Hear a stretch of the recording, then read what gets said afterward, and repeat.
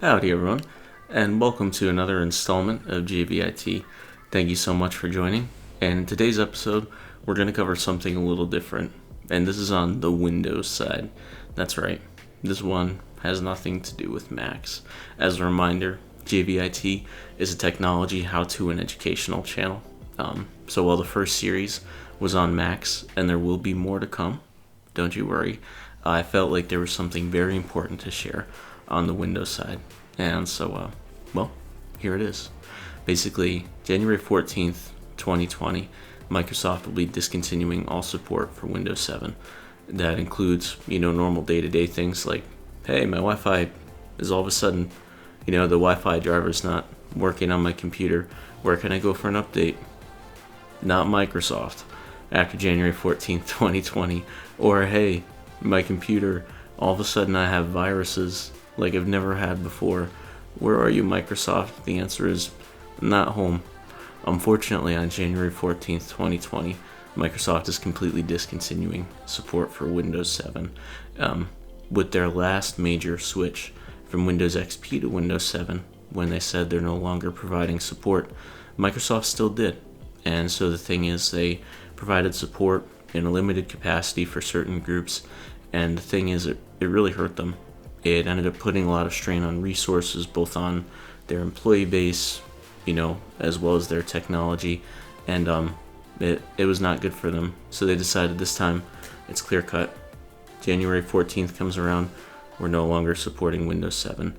So what does that mean for Windows 7 users? It means a few different things. One, is me speaking as both an IT professional and my personal opinion.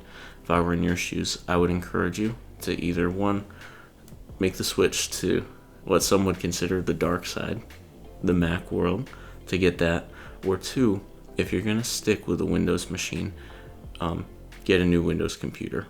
Do not upgrade your computer from Windows 7 to Windows 10. Now, there is one case where you can upgrade it from Windows 7 to Windows 10 for free. That's if you have Windows 7 Professional, but only if you have the professional version. If you have anything else, if you have home and student, business, whatever other Windows 7 versions are out there, you will not be able to upgrade for free. So that's anywhere from a $99 to $200 purchase. You install it on your computer, and in most cases you find out that it doesn't work, or it may work, but then at some point, whether it's a few days later, a few months later, you begin to realize your computer's acting really quirky. Or maybe if it's a laptop, all of a sudden the battery isn't nearly as good as it used to be. All these weird kind of things. And basically, the deal with that is that your computer that had Windows 7 on it, or Windows 8 or 8.1 for that matter, wasn't meant to handle Windows 10, the hardware underneath it.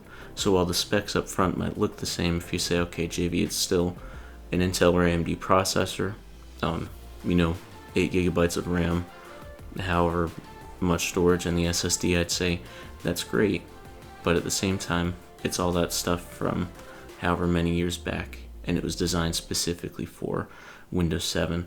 I kind of think about it how if you were to take a minivan and you were to drop a Corvette engine in it, it wouldn't work, Or, I'm not a mechanic. It may work for a little bit, but it would actually cause so much harm to the machine that it wouldn't be useful. It would end up damaging or destroying it, and probably not that long. It's going to be the same deal if you upgrade your computer from Windows 7 to Windows 10. It's likely not going to be a very good experience for you. So this video is made mainly to save you that $100 to $200 by encouraging you to just flat out buy a new machine. Now, again, I'm not affiliated with anyone, any sort of vendor or company, so this is just me looking out for you. Because the last thing I want is for me to be getting phone calls saying, hey JV, can you help me out with this, when my answer is, sorry pal, but you kind of just blew a few $100. Unfortunately, that's the last thing I want. The goal with JVIT and providing this support, it's supposed to be like having a relationship with your doctor. We're supposed to know each other and have a good rapport, but if we see each other, if we're talking a ton, that means that there's some sort of problem. And so the thing is, I want to be able to take care of you before something becomes a problem. So, long story short, If you have a Windows 7 computer, as much as it stinks to say, buy a new machine or several new machines if you run a new office. It is totally worth it.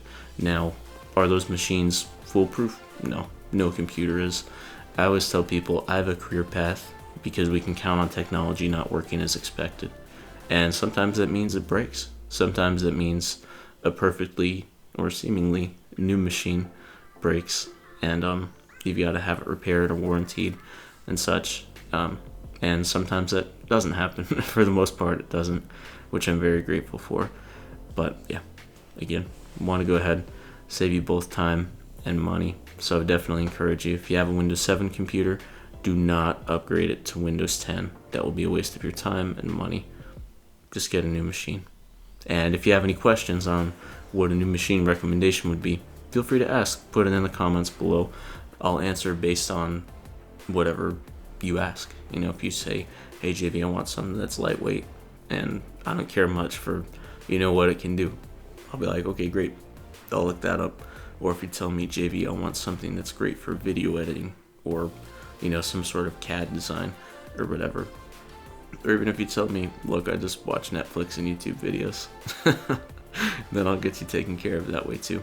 So feel free, ask away in the comments section below, and I'd be glad to get you set up. Alrighty, thank you so much. I love you all. God bless you, and have a great day.